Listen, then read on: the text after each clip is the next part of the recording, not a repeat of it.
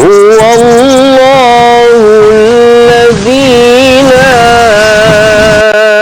إله إلا هو عالم الغيب والشهادة هو الرحمن الرحيم.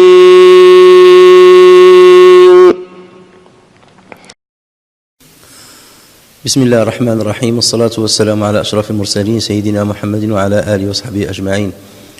اللهم اجمعنا عليك ولا تكلنا إلا إليك. أرنا اللهم الحق حقا وارزقنا اتباعه، وأرنا الباطل باطلا وارزقنا اجتنابه، واجعلنا من عبادك الصالحين وجندك الغالبين وأوليائك المقربين برحمتك يا أرحم الراحمين. Aujourd'hui, nous allons commencer par le commentaire de sourate Al-Layl, qui est la 92e sourate dans l'ordre des sourates coraniques. Alors dans cette sourate, Allah Azza wa Jal dit, A'udhu billahi minash shaitanir rajim, Bismillahir Rahmanir Rahim, Wal-layli idha yaghsha, wan-nahari idha tajalla, wa ma khalaqa adh-dhakara wal-untha, inna sa'yakum lashatta. Jusqu'à la fin, il y a 21 versets ou 20 versets selon le découpage qu'ont fait les savants. Alors nous allons commencer comme d'habitude par la carte d'identité de cette sourate. S'agissant des titres ou des intitulés de cette sourate, il y en a 3. Certains l'ont intitulé sourate Al-Layl, sourate Al-Layl. D'autres l'ont intitulé sourate Wal-Layl, en reprenant le waw du qasam, le waw du serment, wa Al-Layl. Et parmi ceux qui ont adopté cet intitulé, il y a l'imam Az-Zamakhshari, l'imam Abu Hayyan, l'imam Al-Baydawi, ainsi que Al-Tha'alibi, rahimahumullah. Le troisième titre qui a été donné à cette sourate, c'est sourate Wal-Layli idha yaghsha. Wal-Layli idha yaghsha, en reprenant tout le verset comme titre de la sourate. Et ce titre-là se base sur des récits, notamment un récit qui a été rapporté par Al-Bukhari et Muslim sur Jabir ibn Abdillah radiyallahu anhu, qui dit qu'un jour Mu'adh ibn Jabal radiyallahu anhu avait dirigé la prière de l'Isha dans son quartier. Il a dirigé les gens, et on sait que Mu'adh ibn Jabal, parfois il venait prier à la mosquée prophétique à Médine, et ensuite il rejoignait son quartier pour diriger la prière avec ceux qui habitaient à côté de lui. Donc il a dirigé la prière et il l'a allongée. Il l'a énormément allongée au point que quelqu'un a quitté le groupe, il est sorti de la prière, il a prié à part, isolément, et ensuite il est parti. À la fin de la prière, les gens ont averti Mu'adh ibn Jabal. Donc ils lui ont dit, il y a quelqu'un qui a quitté un tel a quitté la prière, il a terminé tout seul et ensuite il est parti. Et Mu'adh de dire, c'est un munafiq. Donc peut-être que Mu'adh a été touché un petit peu dans sa fierté. Pourquoi il quitte la prière? On ne quitte pas normalement la prière, parce qu'Allah Azza wa Jalla dit wala tubtilu a'malakum, n'abolissez pas vos bonnes œuvres. Mais bien entendu, l'homme, vu que la prière était longue, donc peut-être qu'il était occupé, qu'il avait un rendez-vous ou autre, donc c'est pour cela qu'il a écourté sa prière et il a prié tout seul. Donc Mu'adh a dit, cet homme-là est munafiq, et l'information parvint à l'homme en question, qui s'empressa vers le prophète sallallahu alayhi wa sallam pour le mettre au courant. Donc lui dire, voilà ce que Mu'adh a fait. Donc non seulement il allonge la prière, mais en plus il me taxe d'être un hypocrite.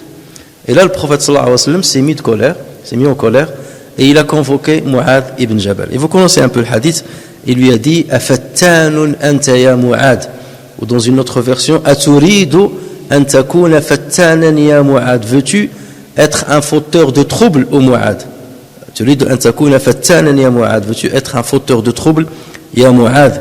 Idha amamta an-nasa, lorsque tu diriges les gens dans la prière, faqra bi shamsi wa duhaha, récite surat al-shamsi wa duhaha, une petite surat de la taille de shamsi wa duhaha, wa sabbih isma rabbika al-a'la, waqra bismi rabbika alladhi khalaq, waqra bismi rabbik wal-layli idha yaghsha. Donc il lui a cité 4 exemples de 4 sourates où il a cité les titres. Et donc s'agissant de sourate Al-Layl, qu'il a dit wal-layli idha yaghsha. Donc c'est pour cela que certains ont considéré que c'est le titre officiel que le prophète sallallahu alayhi wa sallam a donné à cette sourate. Et d'ailleurs c'est pour cela que c'est une sunna que dans la prière de l'Isha notamment, on raccourcit la prière et on ne lit pas les longues sourates. La seule prière dans laquelle on lit des longues sourates, c'est la prière de l'Fajr, et encore, on lit ce qu'on appelle Tawal al-Mufassal, les longues sourates de al-Mufassal qui commencent à partir de al-Hujurat, et pour certains à partir de Surat al-Fajr. Ça veut dire on lit al-Hujurat, on lit al-Dhariyat, on lit Surat al-Najm pendant le Fajr. Mais pendant la prière de l'Asr, donc on lit seulement des petites sourates et c'est la sunna. Donc ce qui nous intéresse dans ce hadith-là, c'est le titre que le prophète sallallahu alayhi wa sallam a donné à cette sourate. Il a dit « Wal-layli idha yaghsha ». Imam al-Bayhaqi, rahimahullah, rapporte sur Jabir ibn Samura, radiyallahu anhu, qu'il a dit « كان النبي صلى الله عليه وسلم يقرأ في الظهر والعصر والليل إذا يغشى ونحوها ». Le prophète sallallahu alayhi wa sallam avait l'habitude lors de la prière de Dhuhr et de l'Asr de lire Wal-layli idha yaghsha et les sourates qui ont à peu près la même taille, la même longueur. Donc telle est la sunna du prophète sallallahu alayhi wa sallam dans l'Asr et le Maghrib, dans le Dhuhr et l'Asr. Donc forcément, comme ces deux prières sont des prières qui s'accomplissent à voix basse, donc sûrement les compagnons ont dû questionner le prophète sallallahu alayhi wa sallam sur ce qu'il a l'habitude de lire pendant ces prières-là. Et le prophète sallallahu alayhi wa sallam a répondu avec ce genre de sourate. Et donc c'est pour cela que plusieurs imams ont opté pour ce titre-là, Surat Wal-layli idha yaghsha. Ce fut le cas de l'imam al-Tabari, Ibn Jarir al-Tabari rahimahullah, l'imam al-Bukhari aussi l'intitule ainsi, l'imam Tirmidhi, ainsi que al-Hakim. Alors maintenant, s'agissant de l'époque de la révélation, la majorité des savants dit qu'il s'agit d'une sourate mécoise, qu'elle a été révélée à la Mecque. Et il y a même des savants qui ont avancé qu'il y a l'unanimité sur ce point-là. L'imam Ibn al-Jawzi, rahimahullah, a dit que l'unanimité des savants est sur le fait que cette sourate a été révélée à la Mecque. Mais il a tort de rapporter l'unanimité. Et beaucoup de savants tombent dans ce piège-là lorsqu'ils rapportent l'unanimité. Parfois, ils disent qu'il y a unanimité par rapport à ce qui leur est parvenu comme information. Ça veut dire peut-être qu'ils n'ont pas pris connaissance d'un autre avis qui diffère de ce qu'ils ont lu ou de ce qu'ils ont entendu. Puisqu'il y a d'autres savants qui avancent que cette sourate est médinoise. Ils disent que cette sourate est médinoise. Pourquoi? Parce qu'il y a un récit, comme on va le voir, qui parle de la raison de la révélation de cette sourate, et on ne peut à travers ce récit-là que situer sa révélation à l'époque de Médine. Et parmi les savants qui disent qu'elle est médinoise, il y a Abd al-Razzaq as-San'ani, le cheikh de l'imam Ahmed ibn Hanbal, et qui est de Yémen, qui est mort en 211 de l'Hégire, ainsi que Ibn Sa'id ad-Dani. Mais de par l'objet de la sourate, maintenant on a l'habitude de voir les sourates mécoises, l'objet abordé dans cette sourate-là penche plutôt vers le premier avis, qu'il s'agirait d'une sourate plutôt mécoise. Et donc pour ceux qui ont choisi cet avis-là, donc ils disent qu'elle a été révélée, tel que Mazal Zamarshari, rahimahullah, ainsi que le Kalbi, l'imam al-Kalbi, ils disent qu'elle a été la 9e sourate à être révélée. Donc dans l'ordre de révélation des sourates, c'est la 9e sourate à être révélée, juste après sourate al-A'la. Donc il y avait d'abord sourate al-A'la et ensuite sourate al-Layl, et juste avant sourate al-Fajr. Et cette question d'ordre de révélation est importante parce que ça nous permet de situer l'enchaînement des événements de la vie prophétique à cette époque. Alors comme j'ai dit tout à l'heure, la sourate est composée de 20 ou 21 versets. Tout le monde est d'accord bien entendu sur tous les mots qui sont dans cette sourate. C'est seulement le découpage, en combien de versets on peut la découper, à partir de quel moment on considère que le verset s'est terminé. C'est là où il y a une petite divergence entre les savants, entre ceux qui disent 21 versets, on la divise en 21 versets, et ceux qui l'ont divisé en 20 versets, ça veut dire qu'ils ont fusionné entre deux versets. Et on a vu souvent, ça arrive souvent, ce qui montre bien que la question de découpage parfois elle est ijtihadiyya. Ça veut dire c'est pas forcément le prophète sallallahu alayhi wa sallam qui a instauré et dicté le découpage des versets. Donc c'est selon comment le prophète sallallahu alayhi wa sallam récitait et à quel moment il s'arrêtait que les savants, que les sahaba et les savants qui vont venir après vont déterminer le découpage de la sourate. Alors venons-en maintenant à la raison de la révélation. Asbab nuzul hadhihi as-sura. Il y a deux raisons qui ont été citées et forcément deux raisons opposées. Et on a vu aussi que parfois on trouve plusieurs raisons de révélation, comme surat Qul a'udhu birabbil falaq et tout. Mais ce qui démontre parfois, c'est que le sujet de la sourate coïncide avec un événement à la Mecque, et c'est là où il a été révélé. Et plus tard, peut-être un autre événement semblable à celui qui est arrivé à la Mecque est arrivé, et le prophète sallallahu alayhi wa sallam peut-être a récité cette sourate, ou a fait un commentaire en récitant la sourate. Donc celui qui va rapporter ceci va dire, peut-être qu'il a été révélé, elle n'a été révélée qu'à Médine. Et ça arrive souvent avec les petits sahaba qui n'ont pas vécu avec le prophète sallallahu alayhi wa sallam à la Mecque. Les enfants de sahaba, comme Abdullah ibn Abbas. Donc lui, il était jeune, donc parfois il n'était pas au courant de toutes les raisons de la révélation des sourates de la Mecque. Donc parfois il n'entend que le prophète sallallahu alayhi wa sallam a récité cette sourate à tel événement, donc et il peut comprendre de cela que c'est la raison de la révélation, alors qu'il a été déjà révélé auparavant. Donc ce genre d'erreur peut arriver. Alors il y a un récit qui est rapporté par Ikrima sur Abdullah ibn Abbas, et on verra qu'Abdullah ibn Abbas aussi a rapporté d'autres raisons de révélation. Donc on ne sait pas, la chaîne de transmission n'est pas forcément valide. Donc Ikrima rapporte sur Ibn Abbas radiyallahu anhuma qu'il y avait un homme qui avait des palmiers, un homme riche qui avait plusieurs palmiers, et parmi ces derniers il y avait un palmier qui penchait vers la maison d'un voisin, et ce voisin était pauvre, il avait beaucoup d'enfants. Donc cet homme, à chaque fois qu'il montait sur son palmier pour cueillir des dattes, il y a quelques dattes qui tombaient dans la résidence de son voisin, ce qui fait que les enfants de ce dernier les saisissaient, les recueillaient pour les manger. C'était des enfants pauvres, enfin leur père était pauvre. Donc le propriétaire de l'arbre, il descendait rapidement de l'arbre et il leur arrachait les dattes de leurs mains, voire parfois de leur bouche. Et au moment où ils mettent la date dans leur bouche, il la leur arrache de la bouche. Donc l'homme pauvre, lorsqu'il a vu ça, c'est normal, si tu vois un enfant et tu lui arraches la date, à supposer que le palmier t'appartient, c'est pas une manière avec laquelle on se comporte avec des enfants, et en plus qui appartiennent à une famille pauvre. Donc l'homme est allé se plaindre auprès du prophète sallallahu alayhi wa sallam. Il est allé le voir, il a dit à Rasulallah, mon voisin qui a un palmier, voilà ce qui arrive, voilà ce qui arrive, voilà ce qui arrive. Et le prophète sallallahu alayhi wa sallam, il lui a dit, idhab, va-t'en et je vais, il sous-entend que je vais m'occuper de cette affaire. Donc le prophète sallallahu alayhi wa sallam est allé voir le propriétaire du palmier. Et il lui a dit, est-ce que tu serais prêt, je suis venu à propos, pour te parler à propos du palmier qui penche sur la maison d'un tel. Est-ce que tu serais prêt à me donner ce palmier et Allah Azza wa Jal te donnera en contrepartie un palmier dans le paradis? Ça veut dire quoi? Est-ce que tu es prêt à faire don de ce palmier? Tu me le donnes, et en contrepartie de quoi?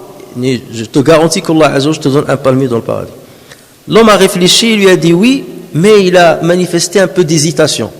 Il lui a dit oui, mais tu sais, parmi tous les palmiers que je possède, ce sont les dattes de ce palmier en particulier qui me plaisent le plus.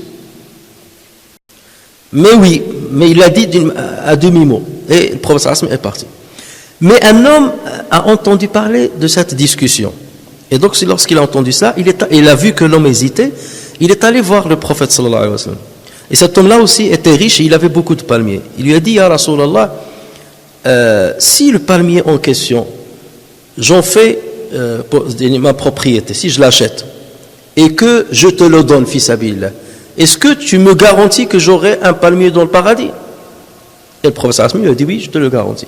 Donc l'homme est allé tout de suite chez le premier propriétaire. Et il a commencé à discuter avec lui, il lui a dit, oui, j'ai entendu dire que tu vas donner le palmier. Il lui a dit, oui, mais ce palmier-là, je l'aime beaucoup, il y a les dates qu'il donne et tout ça. Il lui a dit, est-ce que tu serais prêt à le vendre? L'autre, il lui a dit, oui, mais déjà, j'ai presque dit au prophète que je lui donne, mais c'est-à-dire pour le vendre, il faut qu'on me propose quelque chose d'intéressant. Et il lui a dit, je suis prêt à te donner 40 palmiers, si tu me donnes celui-là. Alors on peut supposer que ceci a été fait avant que le prophète sallallahu alayhi wa sallam n'interdise riba al-fadl, de vendre un produit par le même produit en grande quantité. Parce que ça c'était à la fin de la vie du prophète sallallahu alayhi wa sallam qu'il l'a interdit. Et c'était notamment lors de Hajjat al-Wada'. Et donc il lui a dit, ce que je te donnerai ça. Donc l'autre, il ne croyait pas ses oreilles. Il va me donner 40 palmiers pour un. Il lui a dit, tu es sûr de ce que tu dis? Oui. Il lui a dit, est-ce que on appelle des gens pour qu'ils attestent, qu'ils soient témoins de ce que tu dis? Il lui a dit oui. Il a invité des gens, il leur a dit, soyez témoins de la transaction que je vais faire avec ce monsieur. Il m'a donné 40 palmiers et je lui donne ce palmier-là. Donc les gens ont témoigné, il lui a donné le palmier, l'autre il lui a donné 40. Et l'homme donc est revenu voir le prophète sallallahu alayhi wa sallam, il lui a dit, ah Rasulallah, j'ai acheté le palmier en question et je t'en fais don. Donc, bien entendu, tu m'as garanti ce que tu as dit. Je t'en fais don. Le prophète sallallahu alayhi wa sallam lui a fait un dua. Et ensuite, il est parti chez le pauvre, le voisin, et il lui a dit, le palmier en question t'appartient dorénavant. À toi, il est à toi et il est à tes enfants. Et c'est là que, d'après Ibn Abbas, ce que rapporte Ikrima, qu'Allah Azza wa Jalla a révélé فَأَمَّا مَنْ أَعْطَى وَاتَّقَى وَصَدَّقَ بِالْحُسْنَى فَسَنُيَسِّرُهُ لِلْيُسْرَى. Quant à celui qui a donné, أَعْطَى وَاتَّقَى, et qui a craint Allah Azza wa Jalla, وَصَدَّقَ بِالْحُسْنَى, et qui a jugé véridique la bonne parole, nous allons l'orienter vers la facilité. Donc voici la première raison de révélation qui a été citée. Et de par justement cette histoire, les savants qui ont dit qu'il est médinoise se sont basés justement sur cette histoire, parce que c'est arrivé à Médine, où il y a des palmiers. Mais il y a une deuxième raison de révélation, et qui a été rapportée par plusieurs récits et par plusieurs chaînes de transmission. Selon ce récit-là, c'est que Bilal radiyallahu anhu s'est converti à l'islam, et il était l'esclave de Umayya ibn Khalaf. Et donc un jour, il a fait un signe il est allé devant des statues, et il a fait un signe comme s'il les combattait. Et les gens l'ont vu, donc ils sont venus le dire à Umayya ibn Khalaf, et c'était leur statut, c'était leur divinité selon leur prétention. Et Umayya ibn Khalaf, il leur a dit, prenez-le et punissez-le comme vous le voulez, et je vous donne des chameaux, et ni comme excuse sur ce qu'il a fait de vos divinités, pour que vos divinités ne vous fassent pas du mal. Donc c'est là où ils ont pris Bilal radiyallahu anhu, ils l'ont ramené dans le désert sous un soleil de plomb, il y a une chaleur de plomb, et ils ont commencé à le frapper, à mettre les pierres sur lui. Et c'est là où il disait ahadun ahad, ahadun ahad. Et l'information, et le prophète sallallahu alayhi wa sallam est passé par là, il a entendu dire ahadun ahad, il lui a dit l'ahadu sawfa yansuruk, l'ahad va te sauver. Et il est allé le dire à Abu Bakr Siddiq, voilà ce qui arrive à Bilal. Et Abu Bakr est allé tout de suite chez Umayya ibn Khalaf, et il lui a dit, est-ce que tu es prêt à me vendre ton esclave Bilal? Et c'est comme ça que Abu Bakr Siddiq radiyallahu anhu a acheté Bilal, et ensuite il l'a affranchi. Et c'était une habitude chez Abu Bakr Siddiq.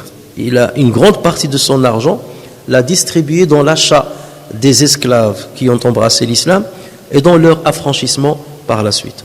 Sauf que suite à cette affaire-là, son père, comment s'appelle le père de Abu Bakr? Abu Quhafa. Quhafa, Abu Bakr ibn Quhafa, ibn Abi Quhafa. Donc il lui a dit, ya Abu Bakr, tu es en train de perdre ton argent pour acheter des esclaves faibles qui ne te servent à rien. Au moins, à la limite, si tu veux acheter, affranchir, choisis des bons esclaves, des esclaves forts qui, en cas de besoin, ils t'aideront et ils te secourront en cas de besoin. Et Abu Bakr Siddiq lui a dit, Uridu bidhalika ma urid. J'ai dans mon esprit une raison pour laquelle je fais ce que je fais. Ça me concerne. Tu ne comprendras pas ça me concerne. Et c'est là que Surat Al-Layl a été révélée. Donc elle est révélée au sujet de Abu Bakr as-Siddiq qui donnait de son argent, qui a cru, c'est pour Pour ça, on l'appelle Abu Bakr as-Siddiq. Donc, il est descendu à propos de Abu Bakr as-Siddiq. Et rappelez-vous, on a dit que Surat Duha, qui vient juste après, la 93e Surat, ils se suivent. Surat al-Layl, à la suite, Surat Duha. Surat Duha, c'est une des 3 surats spécifiques au prophète sallallahu alayhi wa sallam. Quelles sont les surats spécifiques au prophète sallallahu alayhi wa sallam? Al-Duha, Al-Sharh ou Al-Kawthar. Et celle-là, elle concerne Abu Bakr as-Siddiq. Allah Azza wa Jalla les a mis dans l'ordre, une à côté de l'autre. Comme Abu Bakr as-Siddiq était l'ami proche, le plus proche du prophète sallallahu alayhi wa sallam. Donc même les sourates qui leur sont spécifiques, il les a mis l'une derrière l'autre dans l'ordre des sourates du Coran. Donc voici la deuxième raison de révélation de cette sourate, et c'est la raison la plus probante. Donc voilà, maintenant on a présenté la carte d'identité de sourate Al-Layl. Maintenant commençons par le premier et le deuxième verset. Donc Allah Azza wa Jalla dit وَاللَّيْلِ إِذَا يَغْشَى وَالنَّهَارِ إِذَا تَجَلَّى. Les traductions, bien entendu, je me base sur la traduction que vous avez, Hamidullah, Kshrid, ainsi de suite. Mais vous allez voir que, toujours comme on le dit souvent, les traductions ne respectent pas certains détails qui sont de taille, qui sont très importants. Par la nuit quand elle enveloppe, et par le jour quand il éclaire. Par la nuit quand elle enveloppe, et par le jour quand il éclaire. Alors, bien entendu, la sourate, c'est évident, elle commence par un serment. Allah Azza wa Jalla commence par un serment. Donc, ça fait partie des sourates qui commencent par le qasam. Rappelez-vous, on a dit que Fawatih Suwar, il y a 10 catégories de Suwar selon le Fawatih. Parmi ces catégories-là, les Suwar qui ont commencé par Al-Qasam, Wal-Layli, Wal-Shamsi, Wal-Fajri, Wal-Najmi, ainsi de suite. Donc Allah Azza wa Jalla jure par la nuit quand elle enveloppe. Wal-Layli idha yaghsha. Rasha, ça veut dire il a enveloppé. Wal-Nahari idha tajalla. Et il jure par le jour lorsqu'il tajalla, il devient visible, lorsqu'il éclaire. Jalla al-shay'a, ça veut dire il l'a montré, il l'a exposé. Tajalla, il s'est exposé, il s'est apparu, il est apparu, il s'est exposé. Oui, il s'est dévoilé, tajalla, alors qu'il était caché. Alors, ici, wal-layli idha yaghsha, vous avez le sujet, c'est al-layl. Le verbe c'est yaghsha. Qu'est-ce qui manque? Le complément. On a déjà parlé de ça. Lorsque le complément n'est pas là. Layl, il enveloppe quoi? Ça n'a pas été précisé. En revanche, la sourate qui précède sourate al-Layl, c'est sourate al-Shams.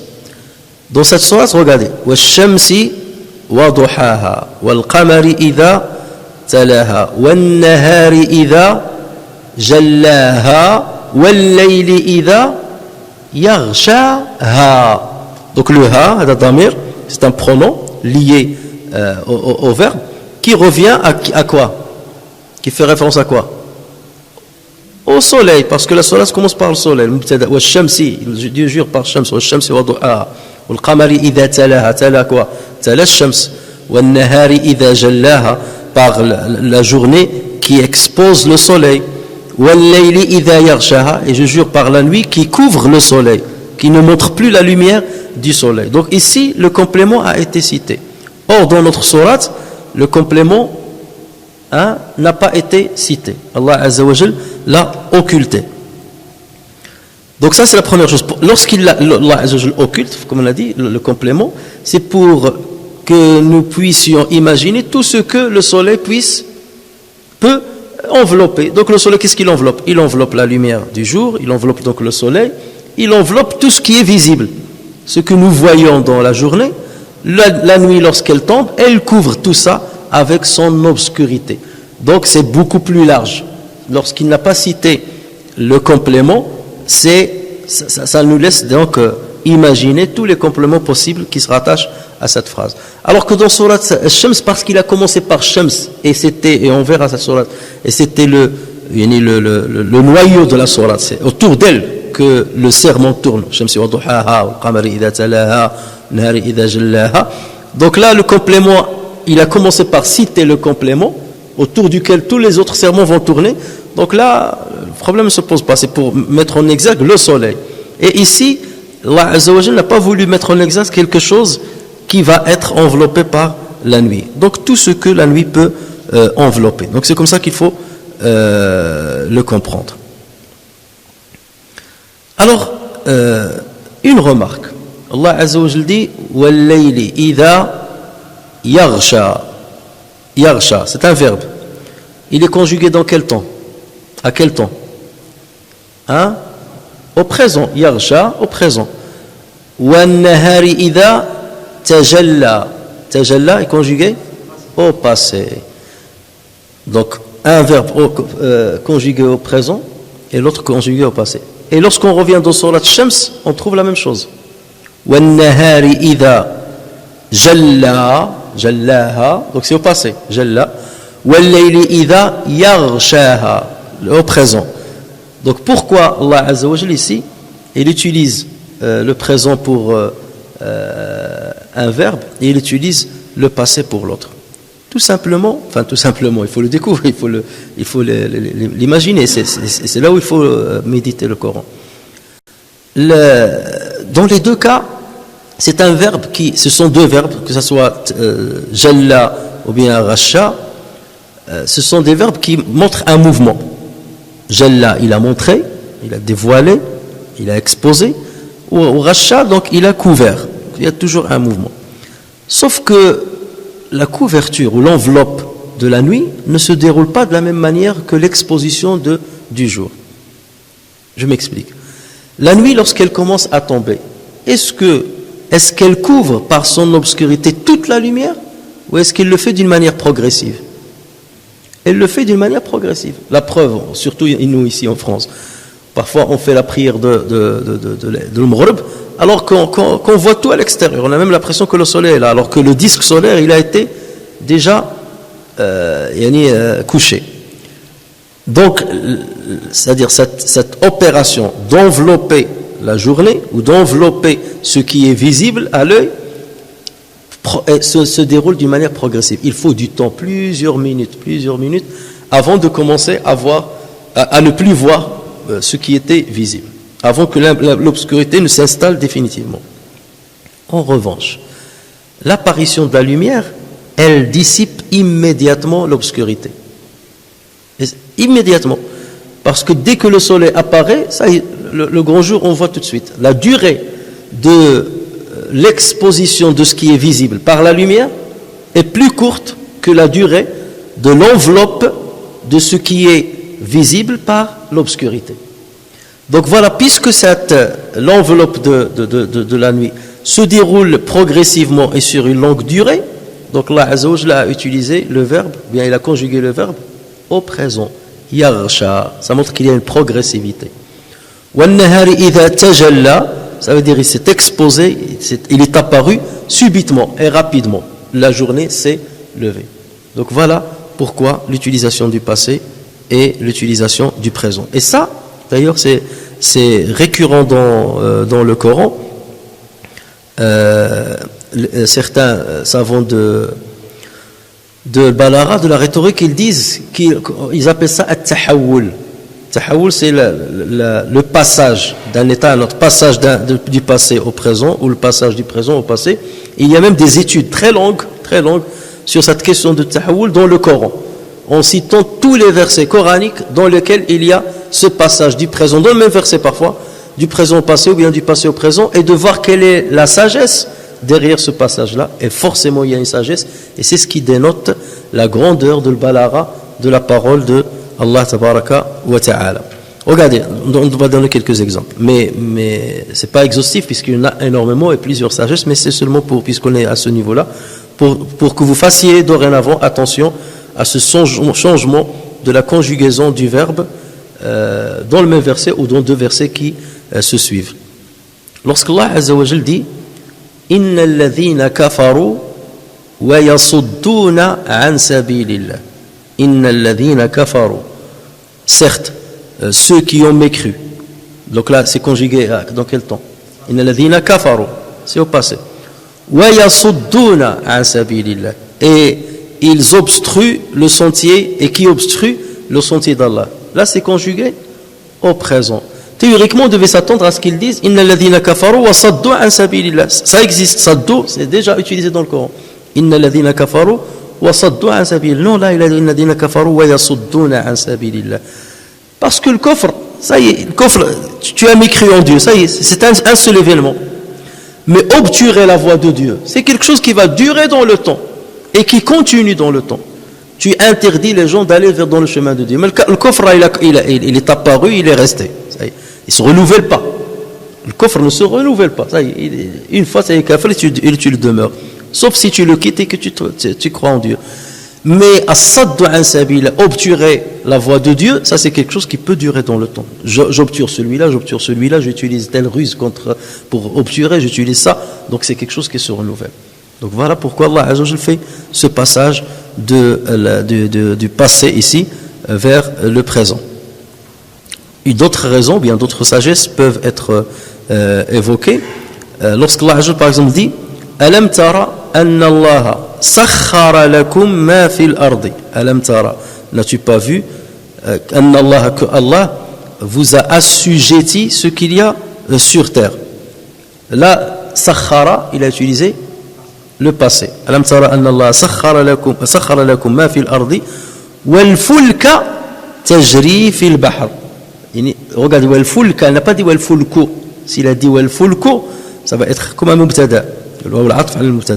Mais ici, wal fulka, ça veut dire sakhara lakum al fulka. Alam tara anna Allah sakhara lakum ma fil ardi wal fulka, ça veut dire sakhara lakum. Il a assujetti aussi les navires, les vaisseaux. Wal fulka tajri. Et tajri, c'est un verbe conjugué au présent. D'accord? Sakhara est là. والفلك تجري ألم ترى أن الله سخر لكم ما في الأرض والفلك تجري في البحر بأمره ويمسك السماء أن تقع على الأرض. Et il retient le ciel pour qu'il ne tombe pas sur terre. ويمسك, ça c'est le présent. Donc vous voyez, il a commencé par le passé, ensuite il a cité deux verbes dans le présent. Pourquoi? Parce que lorsqu'Allah a dit ألم ترى أن الله سخر, ce qu'il attend de nous, c'est qu'on médite sur ça. Mais la méditation va s'opérer à quel niveau? Elle va s'opérer sur les exemples. Lorsqu'il dit sakhara lakum ma fil ard, il a assujetti ce qu'il y a sur terre. C'est le général. Et ensuite, quel est le fruit de cet assujettissement? C'est quoi le fruit? C'est ce que vous voyez. Al fulka tajri fil bahr. Donc, vous devez méditer sur le résultat, ou là sur les détails de cet assujettissement. D'accord? Le résultat, c'est quoi? Vous voyez que le fulk est en train de voguer dans la mer. Vous voyez le ciel qui est retenu, il ne tombe pas sur vous jusqu'à ce qu'Allah Azza wa Jalla décide autrement. Mais sakhara, ça c'est la généralité. Donc c'est pour cela, lorsqu'il a parlé du général, il a utilisé le verbe au passé. Et lorsqu'il a parlé du fruit de cet assujettissement, il a conjugué les verbes au présent. Lorsqu'Allah Azza wa Jalla dit dans un autre endroit Wallahu alladhi arsala ar-riyaha, c'est Dieu qui a envoyé le vent. Wallahu alladhi arsala ar-riyaha fatuthiru sahaban. Il fait bouger des nuages. Il n'a pas dit fa'atharat sahaban. Alam tara anna Allah arsala ar-riyaha fatuthiru sahaban fasuqnahu ila baladin mayt. Suqnahu, passé, suqna. Nous l'avons orienté ou nous l'avons déplacé vers une contrée morte. فسقناه إلى بلد ميت فأحيينا به الأرض بعد موتها. Nous avons ressuscité dans ce pays-là la terre après qu'elle soit morte. أحيينا, c'est conjugué au passé. Donc vous voyez, tous les verbes ont été conjugués au passé sauf un. ألم ترى أن الله سخر ألم ترى أن الله أرسل الرياح passé فتثير présent فتثير سحابا فسقناه إلى بلد ميت فأحيينا به الأرض بعد موتها. Dans les quatre verbes, trois ont été conjugués au passé et un au présent. Pourquoi? En fait, là, c'est comme certains l'appellent aussi sloub iltifat. Iltifat, c'est lorsque iltafata, ça veut dire il est tourné d'un côté vers un autre endroit. Donc il te ramène dans un endroit, et de temps en temps il change de direction pour que toi aussi tu médites plus. Pourquoi il y a eu ce changement-là? Là, c'est une autre sagesse. C'est que Allah, lorsqu'il te dit, ne vois-tu pas que Dieu fait bouger, fait naître les vents, et ces vents font construire des nuages. Là, il utilise le présent, c'est comme s'il te prend, parce qu'il y a une progression là. Le vent, il a poussé les nuages ont été transportés jusqu'à un pays qui était mort, la pluie est tombée, et là, il y a une résurrection. Donc il y a un enchaînement d'événements. Et là, c'est comme s'il te prend et il te met présent dans une chaîne de ces événements-là. C'est à quel moment il te met présent? Au moment où le vent est en train de faire rassembler les nuages. D'accord? Il te prend dans la scène. C'est une scène qu'il te raconte, une scène historique. D'accord? 1, 2, 3, 4. Et lui, à un certain moment, il te prend. C'est comme si tu dis, je suis en train de le voir. Je suis présent. Donc là, il t'a mis dans le présent. D'accord? Et ça, c'est ce que les gens qui s'intéressent al balara, ils appellent al-mudari' al-tarihi, le présent historique. Ou bien, parfois, on l'appelle aussi le futur historique. C'est que parfois, tu racontes une histoire. Tu dis, un jour, il est arrivé ceci et cela et cela. Et l'homme, il va aller faire ça, et il va aller faire ça. Normalement, tu parles du futur. Alors que toi, tu étais en train de raconter le passé. D'accord?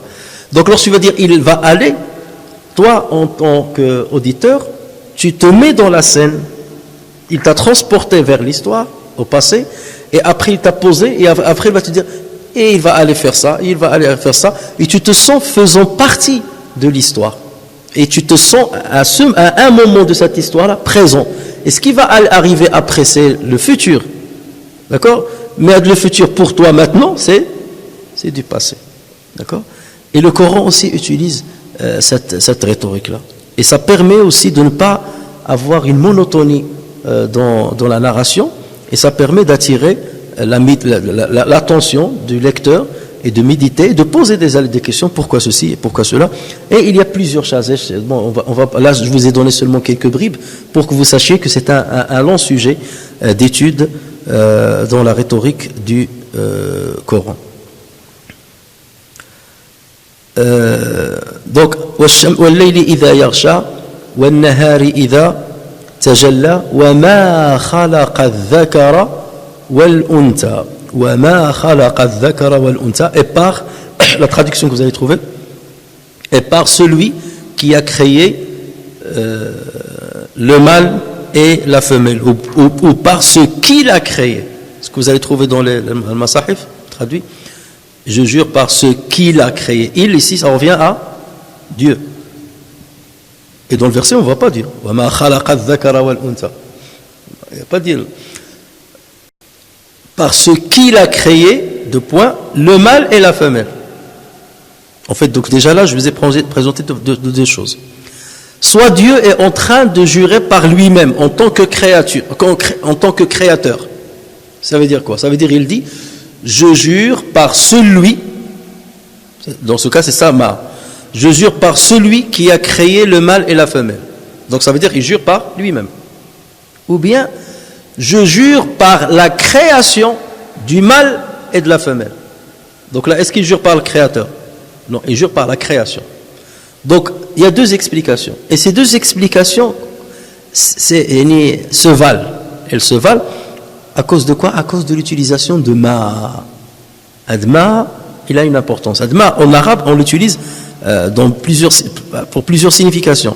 Les deux qu'on va voir là. Et même pour la négation. وَمَا لِأَحَدٍ عِنْدَهُ مِنْ نِعْمَةٍ تُجْزَى. On va le trouver dans la même sorte. وَمَا لِأَحَدٍ. Là, c'est la négation. Mais ici, c'est pas la négation. وَمَا خَلَقَ. Il n'a pas créé le mal. Enfin, c'est pas possible. Comment ça? Il va pas dire il n'a pas créé. Là, c'est l'qasam, l'ouaw de l'atf, parce qu'il a commencé بالقسم avec le serment, donc il est toujours dans le serment. Et il ne peut que faire le serment de ce qu'il a créé, bien entendu, ou de lui-même qui est le créateur. Le ma ce préfixe ou bien ce vocable, les savants l'appellent, il peut avoir leur sens de ism mawsoul. Ismul mawsoul. L'ism mawsoul, si on veut traduire mot par mot, ça veut dire c'est un nom relié. Ou bien ce qu'on appelle dans le grammaire français, c'est un pronom incomplet, comme celui, ou bien ce. Sauf que celui, on l'utilise pour ce qu'on appelle l'aqil, quelqu'un qui raisonne, ou quelque chose qui raisonne, et ce, on l'utilise pour ce qui ne raisonne pas. Et d'ailleurs, même en arabe, beaucoup pensent que c'est le cas. Beaucoup pensent que ma s'utilise pour ce qui ne raisonne pas, et men pour ce qui raisonne. Par exemple, lorsque tu dis men bil babi, qui est à côté de la porte, tu vas dire Mohammed, Qadir, Aïcha, tu vas citer quelqu'un qui raisonne. Si par exemple je vois une pierre à côté de la porte, est-ce que je vais te dire ma bil babi ou men bil babi? Hein? Ma bil babi, je ne veux pas te dire men, il s'agit d'une pierre, une pierre ne raisonne pas. C'est ce qu'on pense. Beaucoup pensent que ma s'utilise les ghayr al-aqil pour ce qui ne raisonne pas. Et men s'utilise pour... C'est comme en français, celui s'utilise pour ce qui raisonne, et ce, c'est pour les choses. Tu ne vas pas dire cette pierre, tu dis ceci. Tu ne vas pas dire celle-ci. Bien que en français ça s'utilise, je crois, non? Bref, en arabe c'est comme ça. Mais ma en arabe, dans l'arabe littéraire, elle s'utilise pour les deux. Elle s'utilise pour la ghayr al-aqil, comme tout le monde pense, et elle s'utilise aussi pour l'aqil. Pour ghayr al-aqil, par exemple, lorsque Allah tabaraka wa ta'ala dit,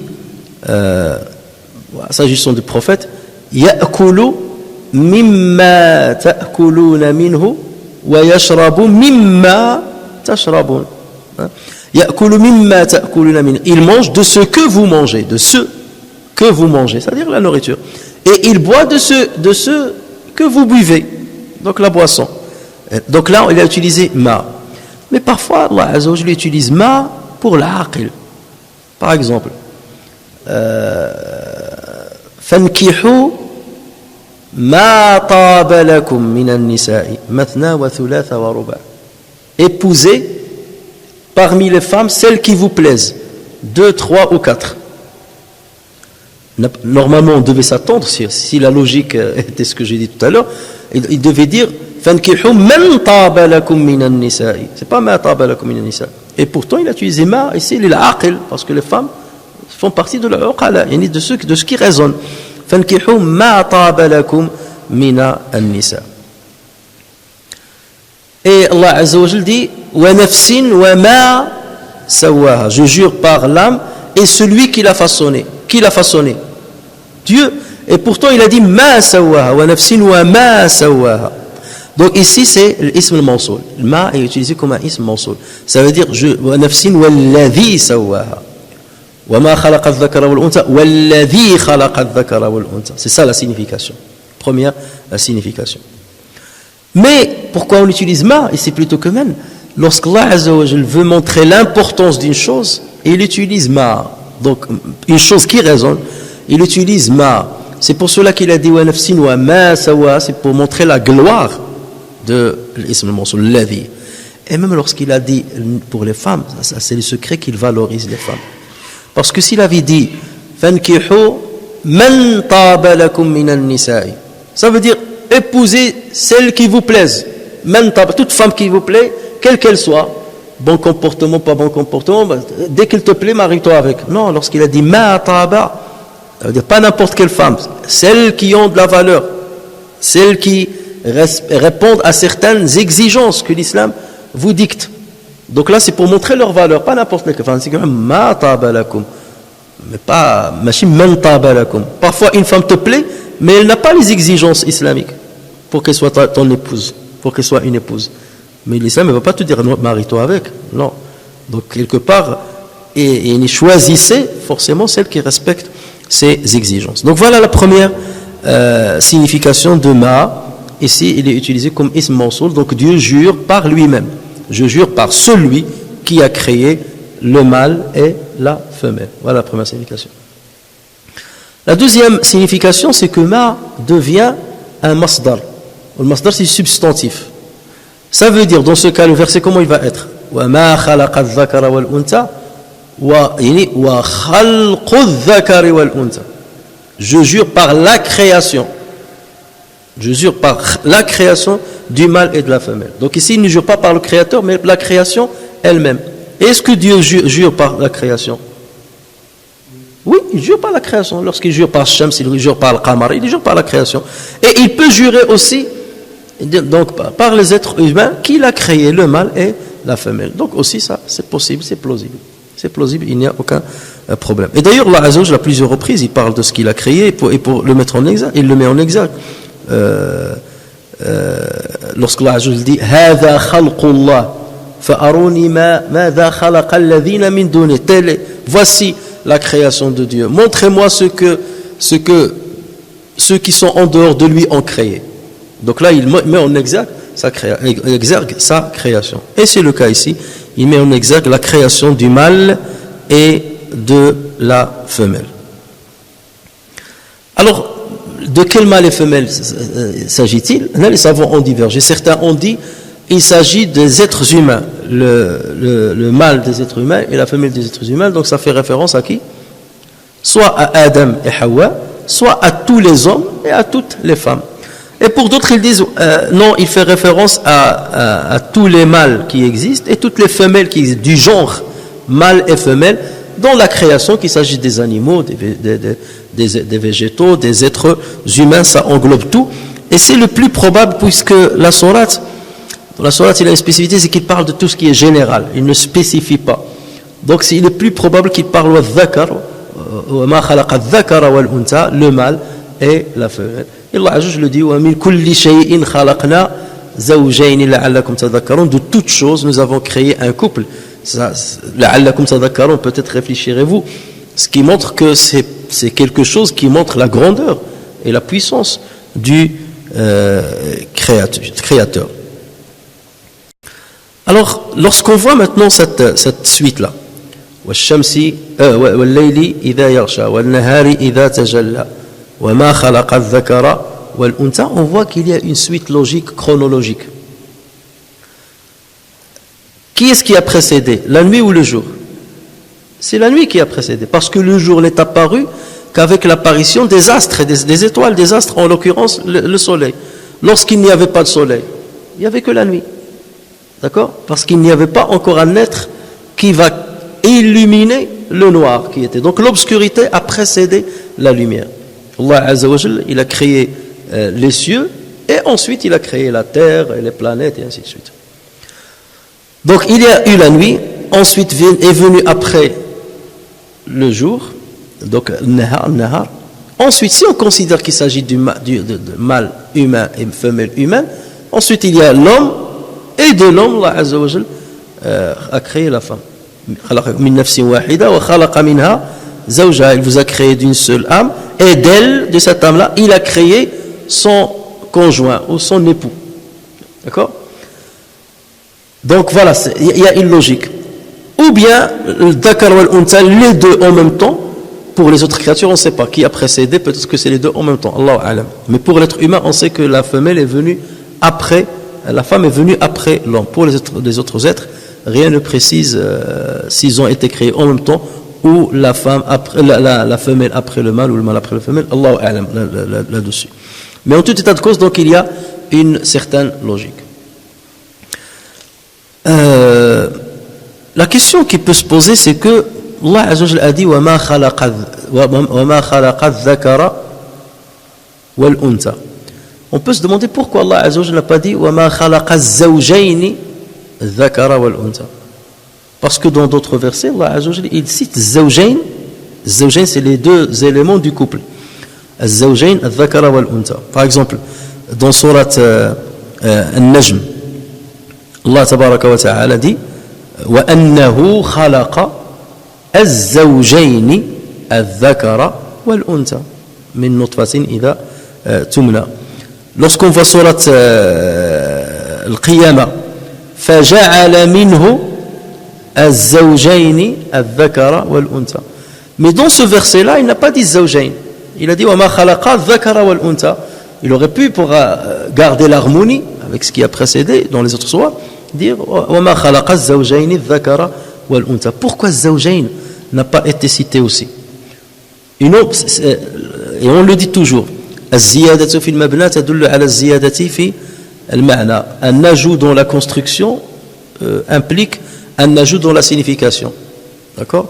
Et même l'enlèvement dans la construction a une signification. Il y a une signification en plus. Ce n'est pas pour rien qu'il l'a enlevé et qu'il l'a rajouté par ailleurs.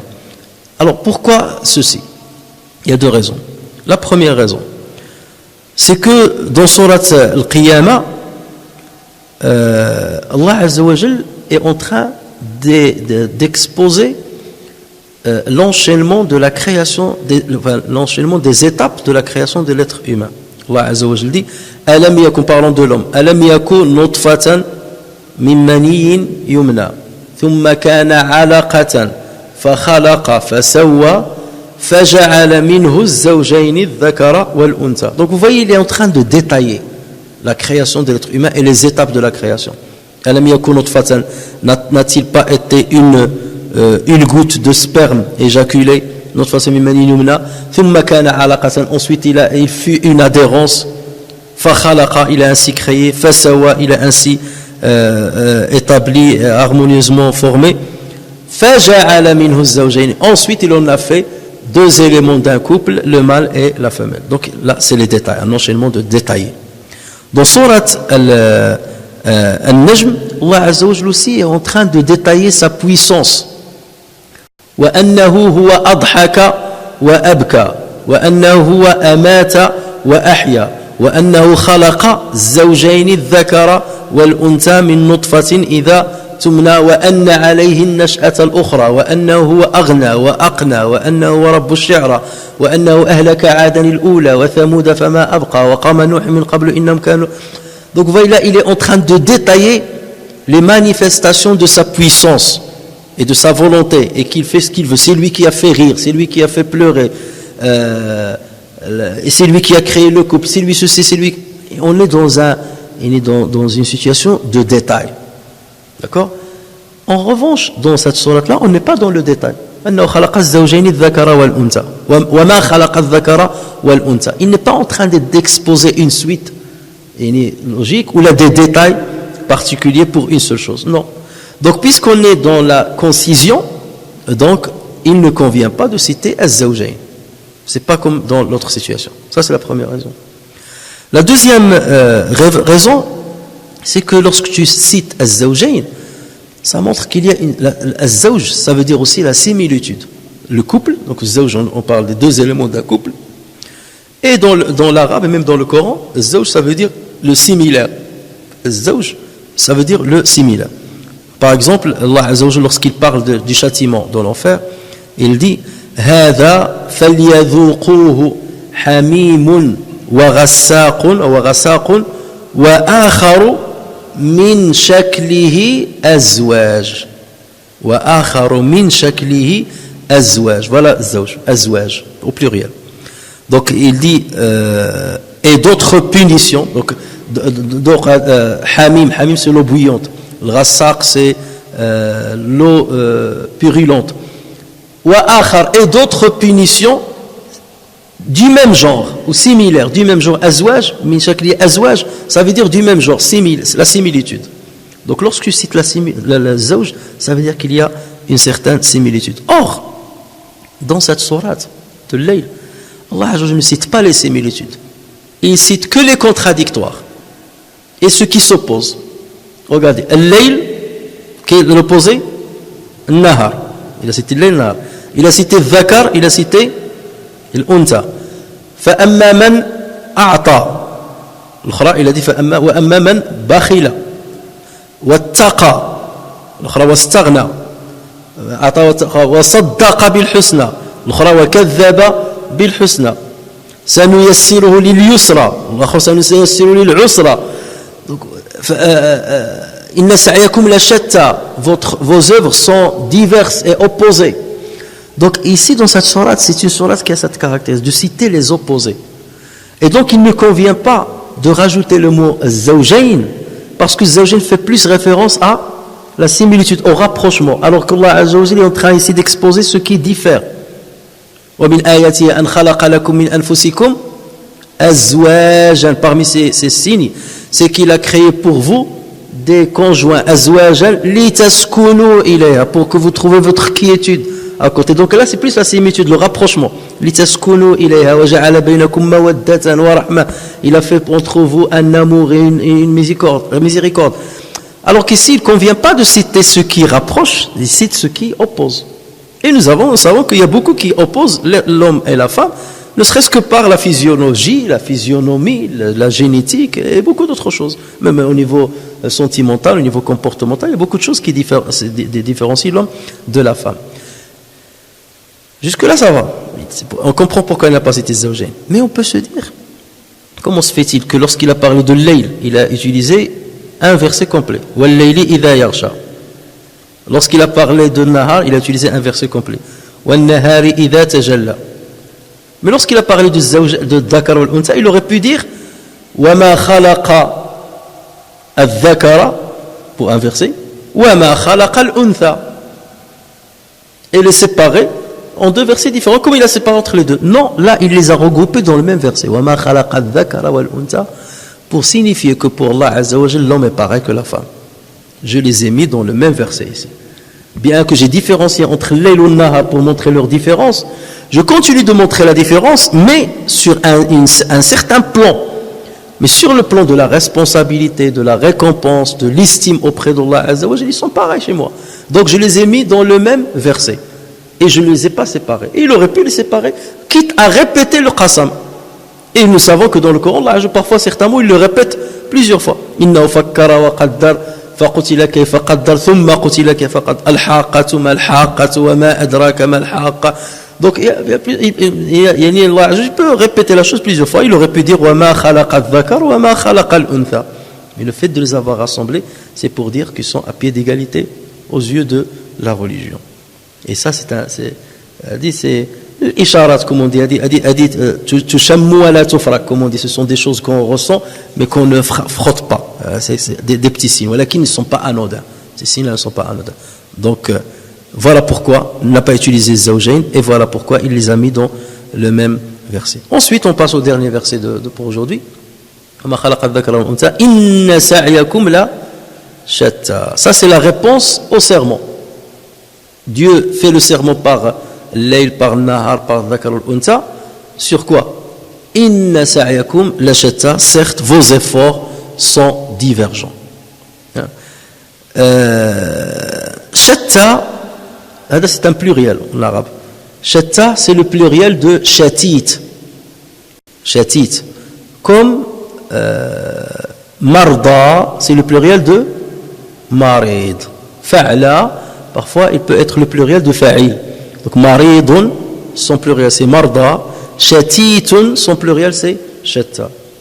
Et l'ashtat, c'est ce qui sont séparés, éparpillés et qui s'opposent. Donc ça, on parle de shatat, l'éloignement et l'opposition, ou l'ashtat. Donc là, qu'est-ce qu'il dit ici? Il dit sa'yakum la shatta. Sa'i, c'est ton engagement, ton entreprise, ce que tu entreprends et ainsi de suite, tes œuvres. Donc vos œuvres sont divergentes et parfois ils sont opposés. Et d'ailleurs, il va l'exposer après, il va l'expliquer dans les versets qui vont venir. فَأَمَّا مَنْ أَعْطَى وَاتَّقَى وَصَدَّقَ بِالْحُسْنَى وَأَمَّا مَنْ بَخِلَ وَاسْتَغْنَى وَكَذَّبَ بِالْحُسْنَى. Il va expliquer comment vos œuvres sont diverses et sont opposées. D'accord? Donc là, il le dit. Inna sa'yakum la shatta. Sauf qu'ici, il ne rentre pas dans les détails dans ce verset-là, puisqu'il va l'exposer juste après comment cette diversité existe dans vos œuvres. Et après, il va montrer quelle est l'issue de ceux qui sont de ce côté et quelle est l'issue de ceux qui sont à l'opposé. Et d'ailleurs, ceci, bien entendu, se répète énormément de fois dans le Coran. Lorsqu'Allah dit La yastawi ashabun nari wa ashabu al-jannah. Ils ne sont pas égaux, les gens du feu et les gens du paradis. Lorsqu'Allah tabaraka wa ta'ala dit Afaman kana mu'minan kaman kana fasiqa la yastawun. Celui qui est croyant est-il comparable au pervers? Non, ils ne sont pas égaux.